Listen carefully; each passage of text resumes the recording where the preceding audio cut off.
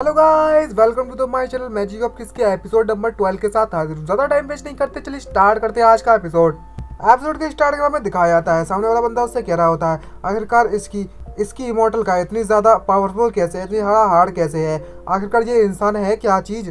और वो उसके टुकड़े टुकड़े करना स्टार्ट कर देता है और बोलता है मेरे मास्टर युआन गुआंग है, उन्होंने मुझे यहाँ पर भेजा हुआ है। तभी जो फेनियन उससे कहता है सेकंड एंटर युआन गुआन, जिसके बारे में मैंने आपको पहले बताया था। तो ये बोलता है अच्छा तो वो है तुम्हारे मास्टर ने जो तुम्हें सिखाया है अपने कॉन्ट्रैक्ट बीच के साथ इस तरीके की हरकत करना। तो ये बोलता हाँ तुमने बिल्कुल सही कहा, सिर्फ मैं ही नहीं सभी लोग यही कर रहे हैं अपने कॉन्ट्रैक्ट बीच के साथ, बस वो एक टूल है और कुछ भी नहीं। जिसे सुनते वो और ज़्यादा भड़क जाता है। तभी सामने वाला बंदा उससे कहता है ये सीनियर क्या आप मुझे छोड़ सकते हैं। तभी सीनियर उससे कहता है मैंने तो नहीं कहा मैं तुम्हें छोड़ूंगा, और उसका पेल देते हैं। तभी फेनियन उससे कहता है आपने सुना इस दुनिया में कोई भी कॉन्ट्रैक्ट बीस्ट डीमन बीस्ट को कोई भी अपना फ्रेंड नहीं मानता है। तभी सीनियर उसे कहता है मैंने बिल्कुल सही कहा, जैसा कि मैंने प्रेडिक्ट किया था ये ज़रूर होगा फ्यूचर में, लेकिन किसने सोचा था कि ये इतना ज़्यादा बुरा होगा। पर मैं इस जगह को छोड़कर नहीं जा सकता, अगर मैं इस जगह को छोड़ के गया तो ये पूरी की पूरी पहाड़ी पूरी जो पीक है आइस पीक है वो तबाह हो जाएगी। तभी फेनियन कहता है आप नहीं छोड़ सकते। तभी वो सीनियर उससे कहता है मेरे पास फ्लैश बॉडी नहीं है और मैं ज़्यादा समय तक जिंदा भी नहीं रहने वाला। तो तभी फेनियन कहता है अच्छा तो क्या। सीनियर उससे कहता है अब ये तुम्हारे ऊपर है। ये देखकर फेनियन से कहता है लेकिन मैं तो कम से कम मरने वाला हूँ।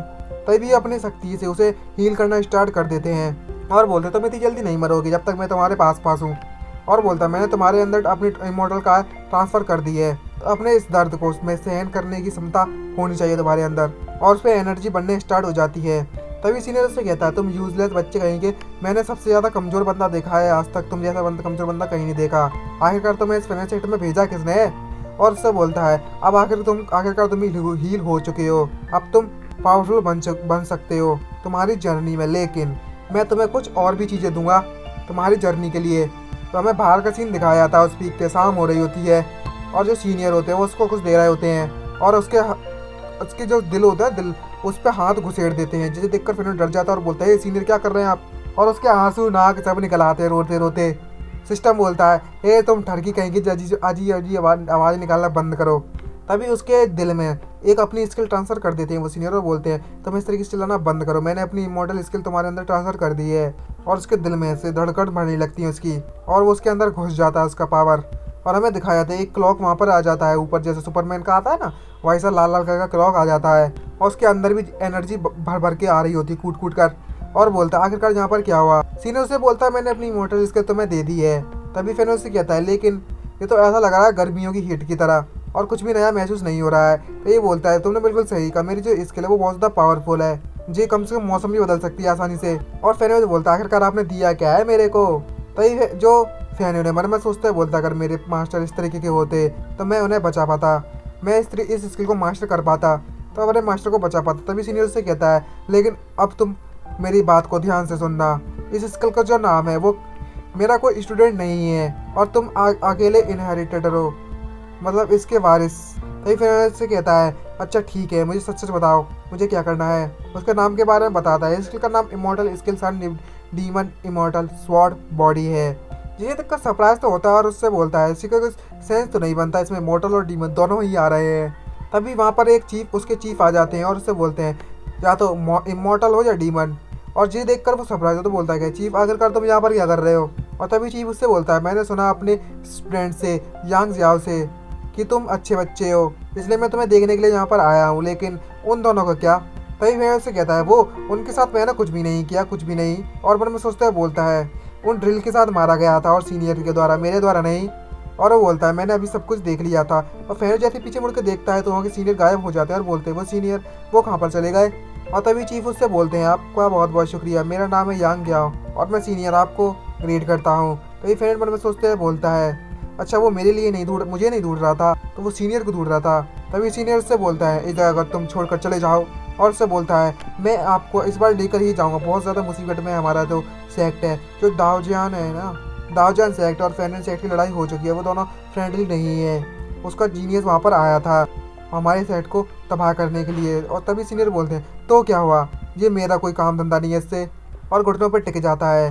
और जिसे देखकर फेनियन बोलता है ये बीस्ट को अच्छे से ट्रीट करते हैं लेकिन इंसानों को नहीं। तभी सिस्टम उससे बोलता है क्या तुम भी सेम नहीं हो। और तभी वो चिल्ला कर कहता है सिस्टम से हे सिस्टम अपना मुंह बंद कर, तभी सिस्टम उससे कहता है तुम अपने आप को इस तरीके से एम्ब्रेस होते हुए नहीं छुपा सकते मास्टर।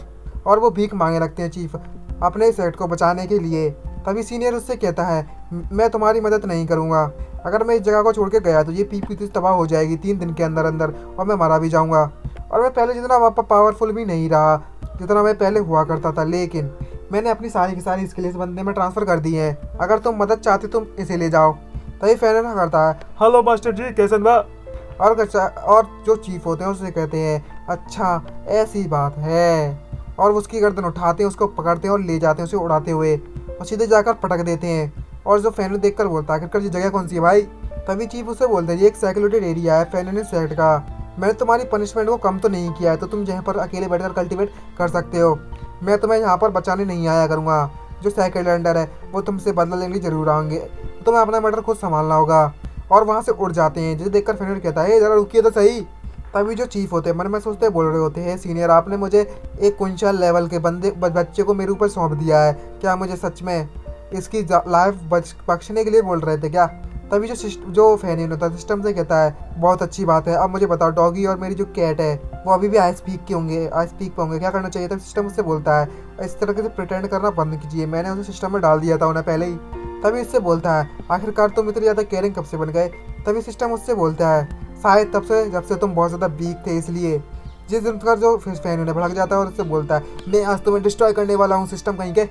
तभी उसे आवाज़ आती है फैनिया और हमें दिखाया जाता है जिया उसके पास आती है और उससे बोलती है आखिरकार तुम यहाँ पर क्या कर रहे हो, तुम आई स्पीक पर नहीं थे। तभी फैन उससे बोलता है चीफ ने मुझे यहाँ पर फेंक दिया था। और मन में सोचता है बोलता है आखिरकार जो मेरी सिस्टर है वो इतनी ज़्यादा प्रीटी कब से बन गई। तभी सिस्टम उससे बोलता है जरा देखिए तो सही कितना ज़्यादा थड़की लग रहा है हमारा मास्टर। तभी फैन उससे कहता है अपना मुँह बंद कर सिस्टम। तभी जिया उससे कहती है मास्टर ने तुम्हें यहाँ पर भेजा तो क्या तुम्हारी पनिशमेंट माफ़ कर दी उन्होंने। और फैनर बोलता है किसे पता। और तभी वो उसे उठाकर ले जाती है। उनके जो साइकिल के जो कॉन्टैक्ट बीस्ट है वो आसपास फिर रहे होंगे, तो तुम्हें सावधान रहना होगा। अगर उन्हें पता चलेगा तुम यहाँ पर हो तो वो यहाँ पर जल्दी आ जाएंगे। और जिया उसका हाथ पकड़ती है और खींच कर ले जाना स्टार्ट कर देती है। और उसका जो जानवर है वो उसे देख लेता है और तभी उसका जो जानवर सारी रिपोर्ट उसे दे देता है सेकंडर को।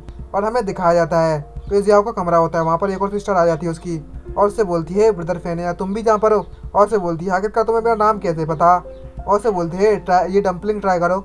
और उसे मारने की कोशिश करती है, जिसे देखकर वो सरप्राइज होता है अचानक से और सीधे जाकर उसकी जो तलवार घुस जाती है उसकी छाती में। तभी जिया आती है और उससे बोलती है सिस्टर वूमैन आखिरकार तुम क्या कर रही है यहाँ पर। और सामने वाली लड़की उससे बोलती है फैन ने मेरे ब्रदर वूफैन को मार दिया है, मैं इसका बदला ले रही हूँ। और वो नीचे गिर जाता है। तभी जो जिया होती है उसे कहती है हमारे जो चीफ उन्होंने पहले पनिशमेंट दे दी है, तुम्हारी हिम्मत कैसी हुई ऐसा करने की। तभी जो सामने वाली बंदी कहती है उससे अगर तुम बदला लेना चाहती हो तो मुझे मार दो। और उस मन में सोचते बोलती है सेट के अंदर मारना बहुत ज़्यादा बड़ा क्राइम है, फिर जो मास्टर है वो ज़रूर मेरी मदद करेंगे। और तभी बोलती है अच्छा ठीक है ऐसी बात है तो मैं तुम्हें मारती हूँ। और वो अपनी स्किल इस्तेमाल करने लगती है उसको मारने के लिए। और ये देखकर वो सामने वाली बंदी डर जाती है और बोलती है सच में मुझे मारने वाली है। तभी जो फैनिया खड़ा होता है और उससे बोलता है सिस्टर मैं अभी मरा नहीं हूँ। और जिया देखकर बोलती है फैनिया तुम अभी ठीक हो। ये देखकर सामने वाली लड़की डर जाती है, सरप्राइज होती है और बोलती है ये इम्पॉसिबल है, मेरी ब्रेड ने इसको मार दिया था, उसमें पॉइजन भी लगा हुआ था और उसके दिल पर मैंने वार किया था, इसे तो मर जाना चाहिए। तभी हमें दिखाया जाता है फैनिया खड़ा होता है और उसकी हीलिंग पावर एक्टिवेट हो जाती है और उसकी मंकी गर्ल बाहर आ जाती है और उससे बोलती है वाह वाह वाह वाह। तभी फैनिया बोलता है कि जो मेरी हीलिंग जो मेरी फ्लावर गर्ल है उसको हीलिंग पावर आती है इसलिए मैं बच गया, तो मुझे मारना इतना आसान नहीं होगा। और बोलती है अपना तरीका बदल दो, ये मुझे नहीं मार सकती। तो ये बोलता है तुम इस तरीके से नहीं बच सकते मेरे हाथों से। और एक पक्षी सा दिखाया जाता है उड़ता हुआ, उसके सर पर बैठ जाता है, जिसे देखकर वो भी सरप्राइज होता है और बोलता है आखिरकार ये क्या बवाल है।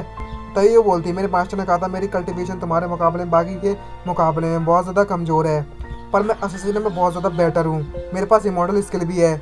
और स्किल होती है इमॉर्टल स्किल फ्यूज, जिसे देखकर वो सरप्राइज होता है बहुत ज़्यादा, क्योंकि फ्यूज तो देखो कितना चौमू जैसा लग रहा है। जिसे देखकर वो हंस के ही पागल हो जाता है फैनिया। और इसी हंसी के साथ हमारा एपिसोड खत्म होता है। ये वीडियो आपको अच्छी लगी चैनल सब्सक्राइब करना मत भूलिएगा एंड वीडियो को लाइक जरूर कर दीजिएगा। अच्छा तो गाइस मिलते हैं नेक्स्ट वीडियो में, आज के लिए इतना ही, बाय बाय। और कमेंट करके जरूर बताना अगर कुछ प्रॉब्लम हो तो। Bye bye guys.